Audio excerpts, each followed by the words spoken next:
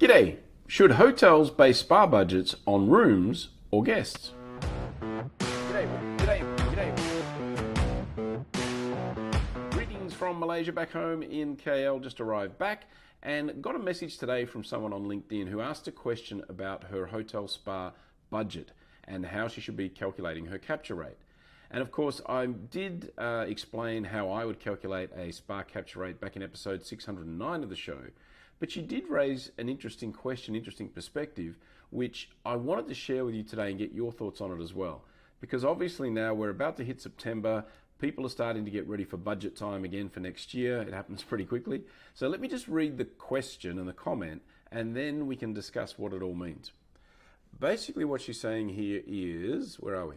I have always referred back to spa budget templates that base the spa capture rate off number of occupied hotel rooms.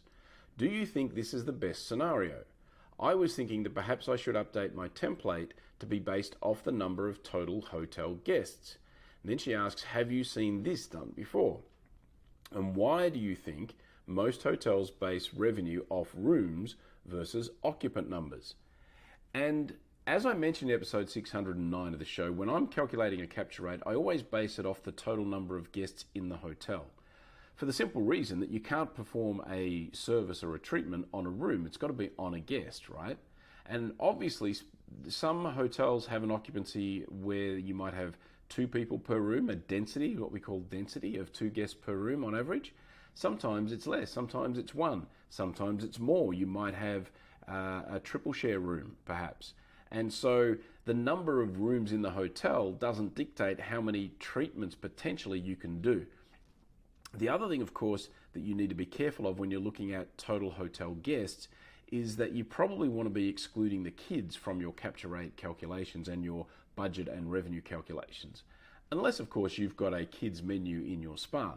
But for most people that don't really have kids services, then you want to be careful that if you've got a lot of kids in your hotel and that is counting as a total guest count, then you want to get that number removed from your calculations, because otherwise it's unrealistic to expect that you're going to sell a treatment to a 5, 6, 7, 8-year-old kid, because you don't have those treatments on the menu. So I would like to hear your thoughts on it. I don't actually know. I understand hotels think in rooms, spas think in terms of guests. So that kind of makes sense. But hotels also think in terms of packs in the restaurant. So it's interesting to me that our friend here is actually having examples where in all of her experience, and she's got quite some experience, she's seeing hotels only base revenue budgets for the spa on occupied hotel rooms, not the actual number of guests. So do let me know what you think. I'll put a link to episode 609 of the show where I define the capture rate calculations for you as well. But let me know what you think, and let me know what your answer to that question would be. Alrighty, thank you for tuning in. I will be back again tomorrow. See you.